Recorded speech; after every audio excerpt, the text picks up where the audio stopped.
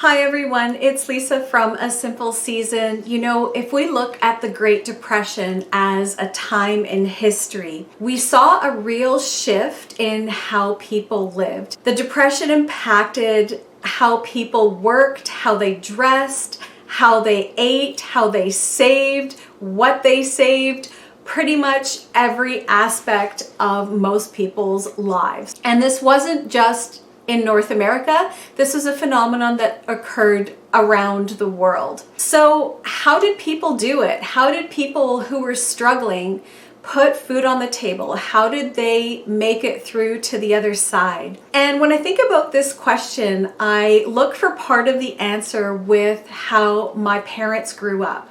My mom was born in 1938 and my dad was born in 1928, and they both grew up in Italy. My mother's father, my grandfather, was a tailor.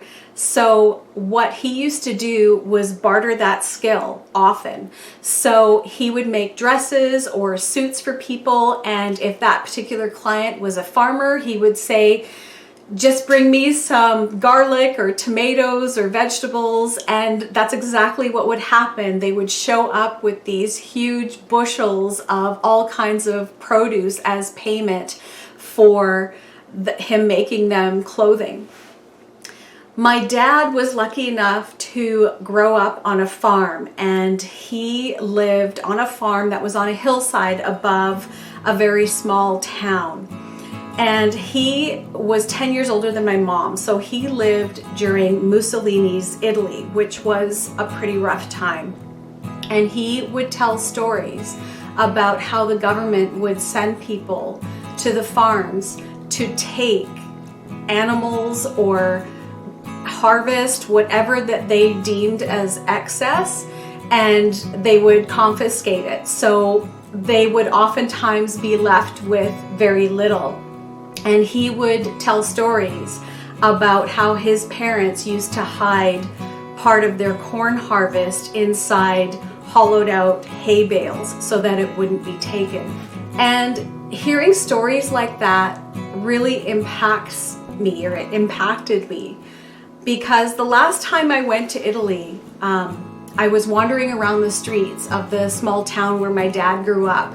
And if you've been to any small towns in Europe, you will often see the older folk sitting just on the stoop in front of their front door, just watching the passers-by.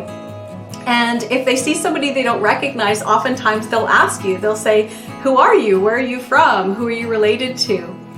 And that's exactly what happened to me this one day. I was walking around my dad's town and I saw an older lady just sitting on her front step, and she stopped me and she said, you know, who are you? Who are you related to? And I told her my dad's name and she didn't recognize it. And I said to her, well, maybe you would know my grandmother. So I told her my grandmother's name.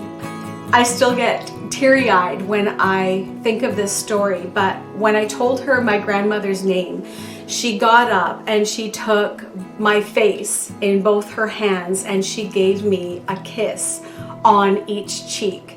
And she said to me, "Your grandmother saved us from starving during the war."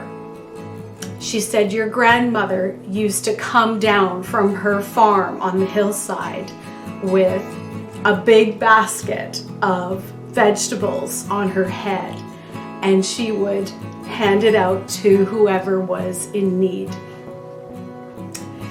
And that story has stayed with me, even though that particular incident happened 30 years ago now, because it just goes to show that no matter how hard times get, there's always somebody who is going to be willing to help in any way they can.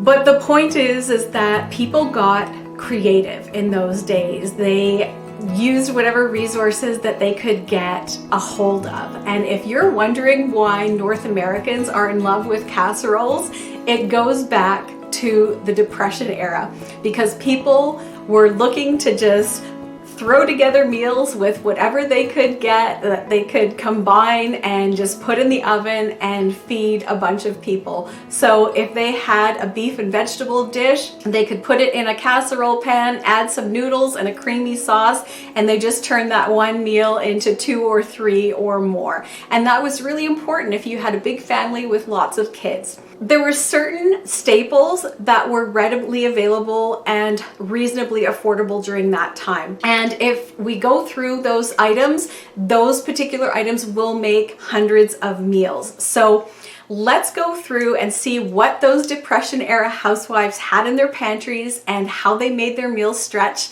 and what they used those ingredients for. So let's get started. So I'm going to take you into my cold storage room to give you examples of the kinds of things people would have had in their Great Depression pantries and going into World War II. And I apologize in advance for the lighting because it is very cold and dark in there, and I have to bring in my tripod and my ring light in there.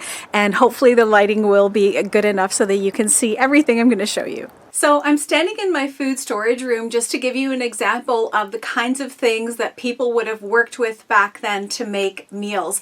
And a lot of this goes beyond even the Great Depression, because the Depression lasted for about 10 years and then we went right into World War II. So people were applying pretty much the same principles right into that time period as well. So one of the first things that people relied on were canned fruits and vegetables.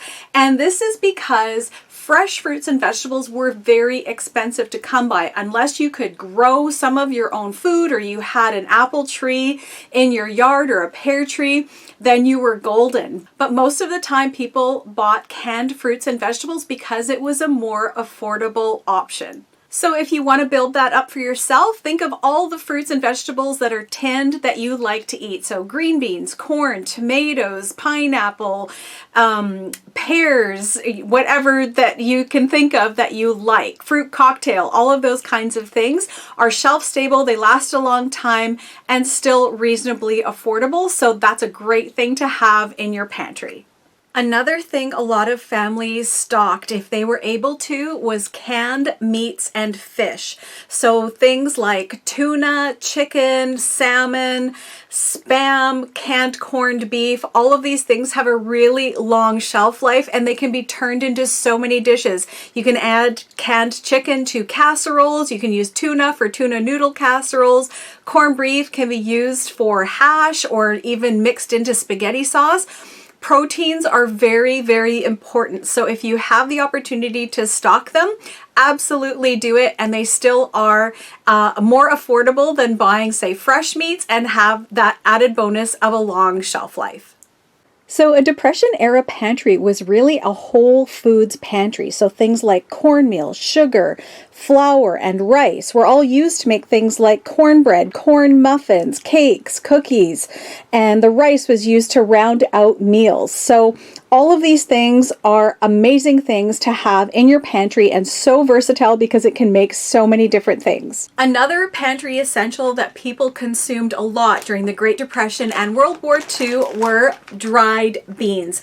These are full of vitamins, minerals, fiber, and protein, and you can use them to make soups and stews and casseroles and all kinds of other things. So these are an essential item to have in your pantry because they were also very affordable and they still are compared to everything else. So these are a great staple. And also coffee. Even though times were desperate back then, a lot of households still managed to stock coffee. And if you get it packed in the vacuum sealed bricks like this one, they last a long time, up to 2 years past the best by date that's on the package. So this is a great item to store. Also, pasta. I feel like most of us have at least a few packages of this kicking around in our pantries. But during the Great Depression and into World War II, pasta was a staple for a lot of people. I remember my mom and dad saying that sometimes their entire meal would be a package of pasta cooked together with olive oil and garlic because that's what they had that was available. And my mom to this day makes that dish, and she also makes a dish where she takes a little bit of onion, fries it up, and then throws in chicken broth, a can of peas, and cooks up pasta and makes it into a soup. And that is a classic Depression meal of pasta and peas. Another thing that was consumed a lot was oats. And of course, you can cook it up for oatmeal for breakfast in the morning, but you can also put it into bread recipes. You can bake with it. So it's very, very versatile because you can also turn it into oat flour if you grind it up in a food processor very, very fine. Another thing is peanut butter. Peanut butter is still fairly inexpensive for a big tub of it, and if you take a spoonful of that peanut butter and put it into your oatmeal, it is so delicious and makes your morning oatmeal very filling. And popcorn. A lot of families during that time period snacked on popcorn because it was one of the more affordable nibbles out there. I just had to come out and show you these beautiful snowdrops that have just poked out of my garden, and what a beautiful promise of spring. So with the higher cost of food that we're experiencing now, I think a lot of us can relate, at least to some degree, some of the struggles and hardships that people are going through to put food on the table. But just like people from the Great Depression, we can be resourceful and do whatever we need to do to keep food on the table. And the really great thing about modern times is we are able to share ideas over platforms like this and help each other out. Stay well, everyone. Thank you so much for joining in, and we'll catch you in the next one.